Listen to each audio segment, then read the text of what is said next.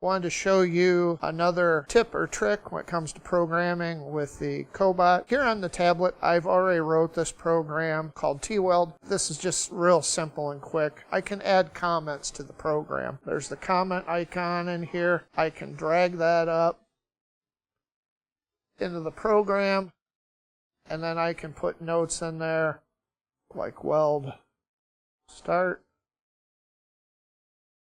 I can add one here at the end.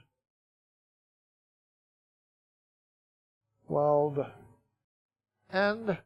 And granted, this is a fairly simple program, but adding comments is always beneficial, especially on the larger programs that you've wrote. Helps you identify where things are at. So just wanted to share that tip with you. Thanks.